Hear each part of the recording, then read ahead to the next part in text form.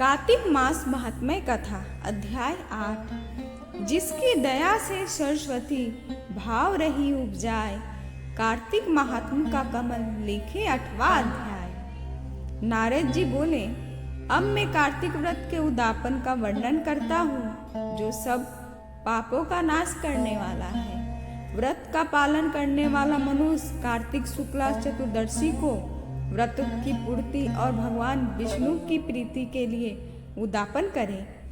तुलसी के ऊपर एक सुंदर मंडप बनवाएं, उसे केलों के खंभे से संयुक्त करके नाना प्रकार की धातुओं से उसकी विचित्र शोभा बढ़ाएं। मंडप के चारों ओर दीपकों की श्रेणी सुंदर ढंग से सजाकर रखे।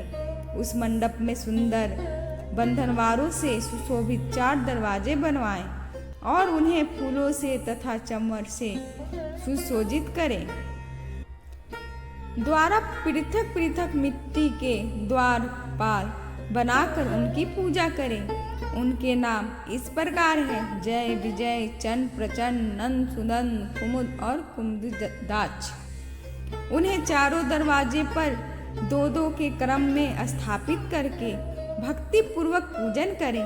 तुलसी की जड़ के समीप 4 रंगों से सुशोभित सर्वतो भद्र मंडल बनवाएं और उसके ऊपर पुण्य पत्र और पंचरत्न से संयुक्त कलश की स्थापना करें।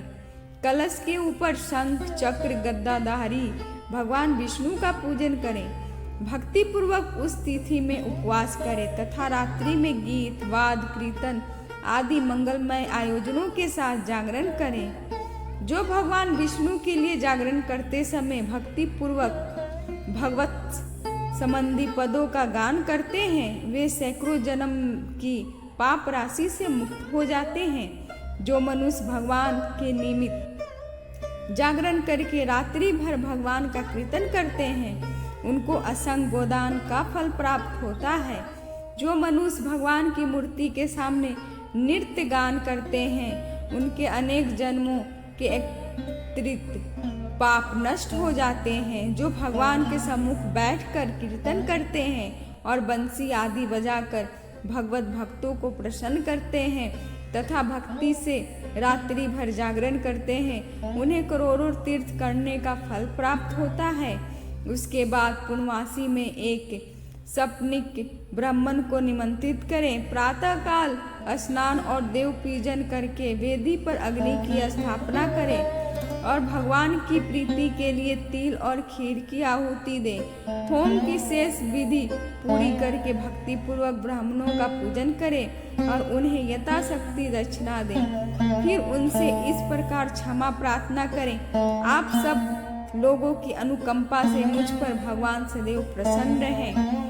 इस व्रत को करने से मेरे 7 जन्मों के किए हुए पाप नष्ट हो जाएं और मेरी संतान चिरंजीवी हो। इस पूजा के द्वारा मेरी सभी मनोकामना की पूर्ति हो। मेरी मृत्यु के पश्चात मुझे अतिशय दुर्लभ विष्णु लोक की प्राप्ति हो। पूजा की समस्त वस्तुओं के साथ गाय भी गुरु को दान में दें। उसके पश्चात घर वालों और मित्रों के साथ स्वयं भोजन करें। भगवान द्वादशी तिथि को शयन से उठे, त्रयोदशी को देवताओं से मिले, चतुर्दशी को सबने उनका दर्शन और पूजन किया। इसीलिए उस तिथि में भगवान की पूजन करनी चाहिए। गुरु की आज्ञा से भगवान विष्णु के सुवर्णमयी प्रतिमा का पूजन करें। इस पूर्णिमा को पुष्कर तीर्थ की यात्रा श्रेष्ठ मानी गई है। कार्तिक माह में इस विधि का पालन करना चाहिए। जो इस प्रकार कार्तिक के व्रत का पालन करते हैं, वे धन और पूजनीय हैं, उन्हें उत्तम फल की प्राप्ति होती है। जो भगवान विष्णु की भक्ति में तत्पर कार्तिक में व्रत का पालन करते हैं, उनके शरीर में स्थित सभी पाप तत्काल नष्ट हो जाते हैं। जो श्रद्धा पूर्वक कार्तिक के उद्यापन में महत्व सुनता है और सुनाता है, वह भगवान विष्णु का सायुज्य प्राप्त करता है।